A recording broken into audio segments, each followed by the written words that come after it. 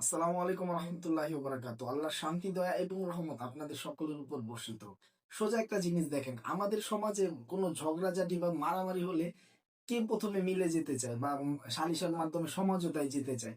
তো যে জিতেছে, যে মারধর করেছে, যার অপরাধ বেশি, সেই তো মিলে যেতে চায়।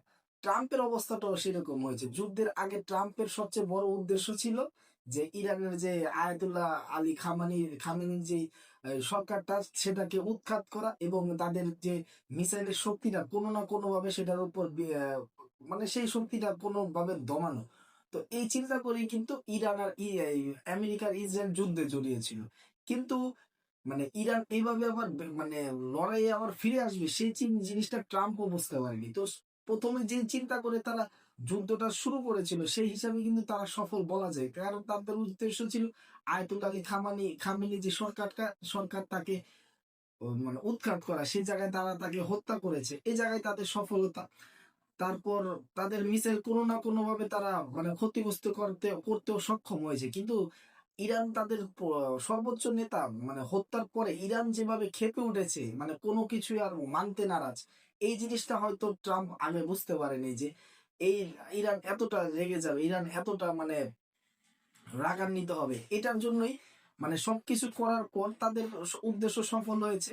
এখন তারা চাচ্ছে যে যুদ্ধটা যাতে বন্ধ হয়ে যায়। এটার জন্যই 3 দিন আগে একটা স্টেটমেন্টে ট্রাম্প বললো যে খুব শীঘ্রই যুদ্ধ বন্ধ হতে যাচ্ছে। আসলে এর কারণটা কি? এর কারণ হলো সেও চায় যে যুদ্ধটা আসলে বন্ধ হয়ে যাক। কারণ তার যে জিনিসটা চাওয়া ছিল, চাওয়া মানে তার যে উদ্দেশ্যটা ইসরায়েল এবং আমেরিকার, সে উদ্দেশ্যটা তারা অলরেডি হাসিল করে ফেলেছে। তাহলে এখন যুদ্ধটা থেমে গেলে তো তাদের জন্যই ভালো। আর ইরান যেভাবে আক্রমণ করছে, এভাবে চলতে থাকলে কিন্তু খুব শীঘ্রই দেখা যাবে ট্রাম্প সরকার বা ইসরায়েলের প্রেসিডেন্ট নেতানিয়াহুর যে সরকার, তারাও কিন্তু মানে অলরেডি তাদের তাদের উপর অনেক প্রভাব যাচ্ছে। যেমন ট্রাম্পের বিভিন্ন স্টেটমেন্টের চেহারা দেখলে বোঝা যায় সে আসলে একটা মাইন্ডা চিপার মধ্যে পড়ে আছে। তো সেই হিসাবে ট্রাম্প শুধু বারবার বলছে যে যুদ্ধটা অলরেডি আমরা খুব শীঘ্রই বন্ধ করে দিব। কিন্তু যুদ্ধ যেভাবে ইরান এক এক জায়গায় হামলা করছে, বিশেষ করে আরব দেশগুলোতে যেখানে আমেরিকার সেনাদের ঘাঁটি আছে, সেই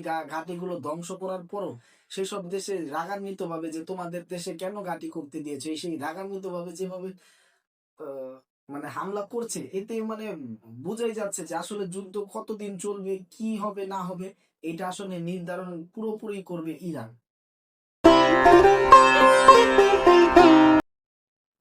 এখন কথা হচ্ছে আমেরিকা কেন মানে মিডিয়ার সামনে সেরকম ভাবে প্রকাশ করছে না, বা আমেরিকার মিডিয়া থেকে এসব খবর কেন বের করা যাচ্ছে না ইসরায়েলের মিডিয়া থেকে? কারণ তারা পুরো পৃথিবীটাকে নিয়ন্ত্রণ করতে চায়, কোনো না কোনো ভাবে তারা নিয়ন্ত্রণ করছেও। দেখেন কোনো দেশেই মানে তাদের বিরুদ্ধে যে মানে উম, বেশি দিন থাকতে পারছে না। গাদ্দাফি বিরোধিতা করছে, গাদ্দাফিও গেল। এই সাদ্দাম হোসেন বিরোধিতা করলো, ইরাকের প্রেসিডেন্ট সেও গেল। গাদ্দাফি যে কিনা লিবিয়ার প্রেসিডেন্ট ছিল, তারপর কিছুদিন আগে ভেনেজুয়েলার প্রেসিডেন্টকে তাদের দেশে থেকেই ধরে নিয়ে আসছে। তো তাদের তো একটা ইগো আছে, মানে তাদের তো একটা ভাবটাম আছে, আমরা আমেরিকা, আমরা ইসরায়েল, আমরা তো পৃথিবী শাসন করবো, আমরা কেন নিচু হবো? তো এত কিছুর জন্যই তারা আসলে মিডিয়ার সামনে ওরকম ভাবে প্রকাশ করছে না। তারা বলছে যে আমরা শান্তি চাই। আসলে শান্তি শান্তি তো আসলে তারা চায় না, তারা এই পৃথিবী ধ্বংসের কারণ। তো আজকের ভিডিও এই পর্যন্তই। আল্লাহ যদি আমাকে হায়াতে বাঁচিয়ে রাখে, ইনশাল্লাহ আবার দেখা হবে, কথা হবে। আসসালামু আলাইকুম ওয়া রাহমাতুল্লাহি ওয়া বারাকাতুহু।